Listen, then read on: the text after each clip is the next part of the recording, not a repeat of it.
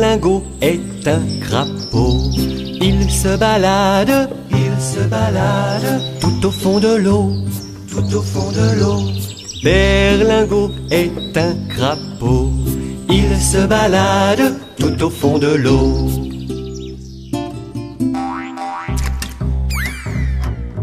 Dans la marronne et nénuphar, au milieu des gros canards. Attention, Berlingot, attention, petit crapaud. Il s'approche, les canards. Il s'approche sur la mare. Il s'approche dans ton dos. Et vous savez ce qu'ils mangent, les canards? Des miettes de pain, des vers de terre, des petits poissons, et même, quelquefois, des petits crapauds.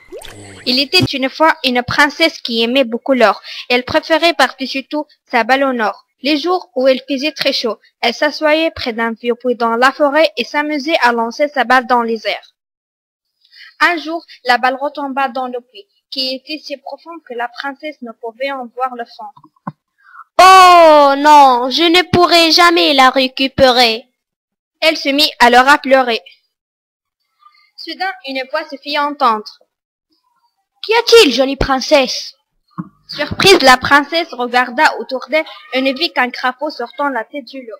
« C'est toi qui as parlé ?»« Oui, je me demande ce qui n'allait pas. »« Je suis triste parce que ma balle en or est tombée dans le puits. Mais je ne vois pas en quoi cela pourrait intéresser un crapaud. »« Si je te la rapporte, quelle récompense me donneras-tu ?»« Tout ce que tu veux, crapaud. Que dirais-tu de mes bijoux? Peut-être préférais-tu ma couronne en or. »« Que ferais-je d'un collier de perles ou d'une couronne? Je te rapporterai la balle à condition que tu deviennes ma meilleure amie, et que tu m'invites à dîner et à dormir chez toi. »« D'accord. » Mais secrètement, elle se disait que tout cela n'avait aucun sens. Le crapaud plongea dans le puits et revint bien vite avec la balle en or dans la poche. À peine l'avait-il déposée au pied de la princesse que celle-ci s'empressa de la ramasser et de courir au château en lançant sa balle dans les airs. « Attends, tu vas beaucoup trop vite pour moi. » Toutefois, la princesse l'ignora et disparut au loin. La princesse oublia rapidement l'histoire du crapaud. Mais le lendemain, alors qu'elle prenait son repas en famille, elle entendit un bruit étrange et des pliches-plaches qui semblaient provenir des marches du palais et se rapprocher de la salle à dîner. « Princesse, ouvrez la porte, vous m'aviez invité à dîner. »« Qui cela peut-il bien être? » Je m'en ai pas les moindres idées, père. C'est de toute évidence quelqu'un qui vous connaît. Je vous suggère d'aller ouvrir à moins que vous ne vouliez le laisser patienter devant la porte toute la nuit. Bien sûr, fit la princesse en se levant et en allant répondre à la porte. Dès qu'elle vit le crapaud hideux et tout dégoulinant sur le seuil, elle lui claqua la porte en nez. En voyant le visage de sa fille, le roi devina que quelque chose n'allait pas. « Comme vous êtes pâle, ma fille, un géant aurait-il tenté de vous enlever? »« Pas exactement, père. C'était un affreux crapaud. »« Et que te voulait ce crapaud? » La princesse se vit obligée de raconter toute l'histoire à son père. Le crapaud frappa avec plus d'insistance à la porte. « Faites-moi entrer, princesse. Avez-vous oublié votre promesse faite près du puits dans la forêt? »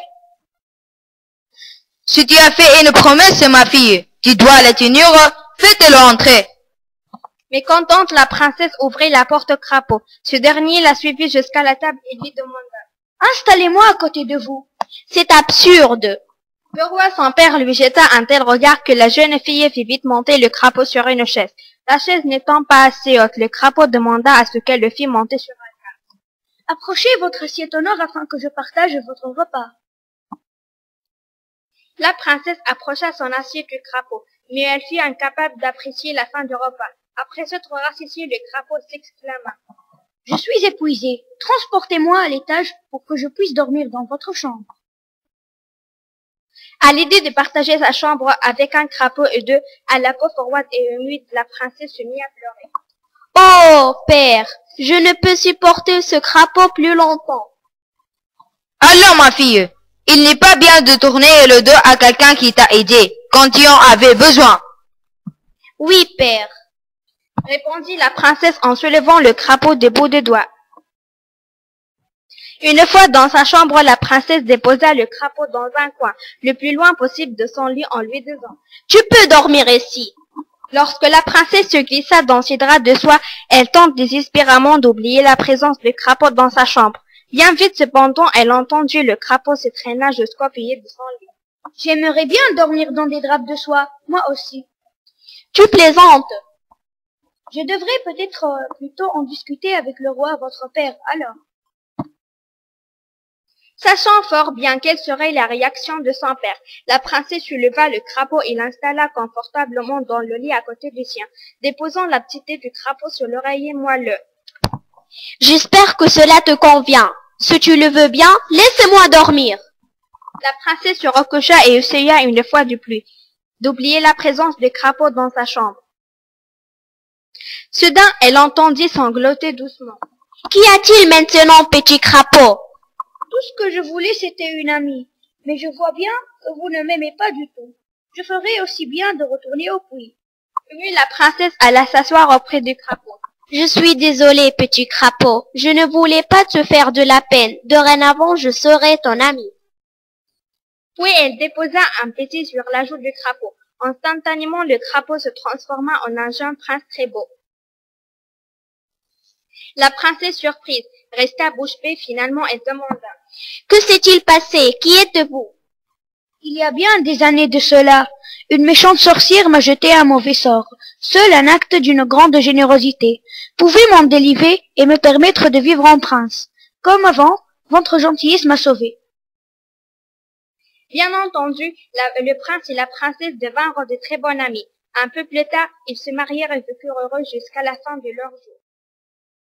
Dans la marron nénuphar, au milieu des gros canards. Attention, berlingot, attention, petit crapaud. Il s'approche, les canards. Il s'approche sur la main. Il s'approche dans ton dos.